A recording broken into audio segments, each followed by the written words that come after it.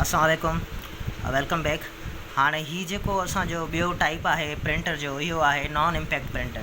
तो हिन non impact printer में जो टाइप्स अचन था प्रिंटर जा उ अचन था जो मोस्टली यूज़ थींदा आहिनि। हिन जा तो ॿिया भी टाइप्स आहिनि पर उहे तक़रीबन इस्तेमाल न थींदा आहिनि। जेकॾहिं इस्तेमाल भी थींदा आहिनि तो सफ़ा न इस्तेमाल थियण जे बराबर। इट मीन्स दैट सफ़ा घटि इस्तेमाल कया वेंदा आहिनि। ऐं जेके मोस्टली जेके टेस्टुनि में पुछा वेंदा आहिनि इन्हनि जो तमामु घणो ज़ेर गौर हूंदा अथव ही जेके लेज़र प्रिंटर है इंकजेट प्रिंटर है। इहो तव्हांजी आम लाइफ में तमामु घणो इस्तेमाल थींदो आहे। जेकॾहिं तव्हां नज़र फेराईंदो तो हर जगह ते हर शॉप ते इहो इस्तेमाल थिए पियो ऐं तव्हां बि इनखे तक़रीबन यूज़ कयो हूंदो। ठीकु आहे।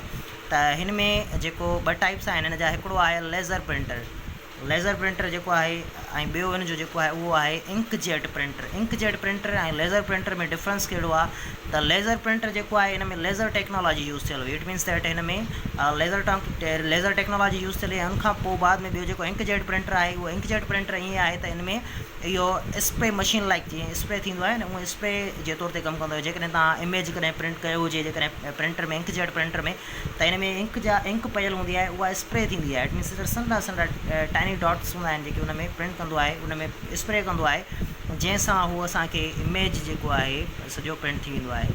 हाणे ॾिसजे जेकॾहिं इन्हनि खे डिटेल्ड त इन्हनि जा जेके आहिनि कहिड़ा कहिड़ा कम आहिनि। त जेको इंकजेट प्रिंटर आहे, पहिरियां इंकजेट जेको प्रिंटर आहे उहो प्रिंट कंदो आहे line by line. It means that line सां वेंदो आहे, प्रिंट करे वरी ईंदो आहे, नेक्स्ट हेठि थींदो आहे, वरी उतां प्रिंट करे वरी हेठि ईंदो आहे। ऑटोमेटिकली उहो जेको पेज आहे उहो अप थींदो वेंदो आहे। ठीकु आहे। पेज अप थींदो वेंदो आहे ऐं उहा प्रिंट जेका आहे आहिस्ता आहिस्ता हेठि ईंदी वेंदी आहे ऐं स्प्रे थींदो वेंदो आहे। प्रिंट ऐं प्रिंट कंप्लीट थींदी वेंदी आहे। ठीकु आहे। उनखां बाद में जेको आहे वर्क्स लाइक अ स्प्रे मशीन। हीअ जेको आहे कमु कंदो आहे जीअं स्प्रे मशीन। जेकॾहिं तव्हां कलर स्प्रे कयो हुजे, जेकॾहिं ॾिठो हुजे त कलर स्प्रे कीअं थींदो आहे, त इहो कलर स्प्रे जे तौर ते उनजी मशीन वांगुरु ते कमु कंदो आहे। ठीकु आहे। उनखां बाद में हिन में जेका सलाहियत हूंदी आहे उहा 1 to 6 पेजिस पर मिनट। हाणे हीअ जेको आहे इट मीन्स दैट हीअ जेके इमेज जेकॾहिं इमेज ॾिसूं, जेकॾहिं पेज जो एग्ज़ाम्पल वठूं त हीअ 1 to 6 पेज खे पर मिनट प्रिंट करण जी हिन में सलाहियत हूंदी आहे। ठीकु आहे। उनखां बाद में 4 time greater in cost than laser. हाणे लेज़र प्रिंटर जेकॾहिं हिन खे कंपेयर कयूं असां लेज़र प्रिंटर सां, त हीअ 4 गुना चवंदा आहियूं न असां, त हीअ 4 गुना उनखां महांगो आहे। हीअ जेका कॉस्ट आहे हिनजी उहा 4 गुना उनखां वधीक आहे लेज़र प्रिंटर खां। उनखां पोइ आहे सिंगल कलर। ऐं हिन में जेके आहिनि हिन जा वरी फर्दर 2 टाइप्स हूंदा आहिनि। फर्दर 2 जेके आहिनि उहे काइंड्स हूंदा आहिनि। हिकिड़ो हूंदो आहे सिंगल कलर, ॿियो हूंदो आहे मल्टी कलर। हिन में हिकिड़ी सलाहियत हिकिड़ो प्रिंटर अहिड़ो हूंदो आहे जेको हुन में सिंगल कलर हूंदो आहे, ॿियो हूंदो आहे मल्टी कलर। हिन में सभु कलर हूंदा आहिनि। पर हाणे सिंगल कलर तक़रीबन ख़तमु थी वियो आहे, न यूज़ थींदो आहे, छो जो मल्टी कलर अची विया आहिनि। मल्टी कलर त पहिरियां बि हुया पर सिंगल कलर घटि यूज़ थींदो हुयो। हाणे मल्टी कलर जेको आहे उहो तमामु घणो मोस्टली यूज़ थींदो आहे।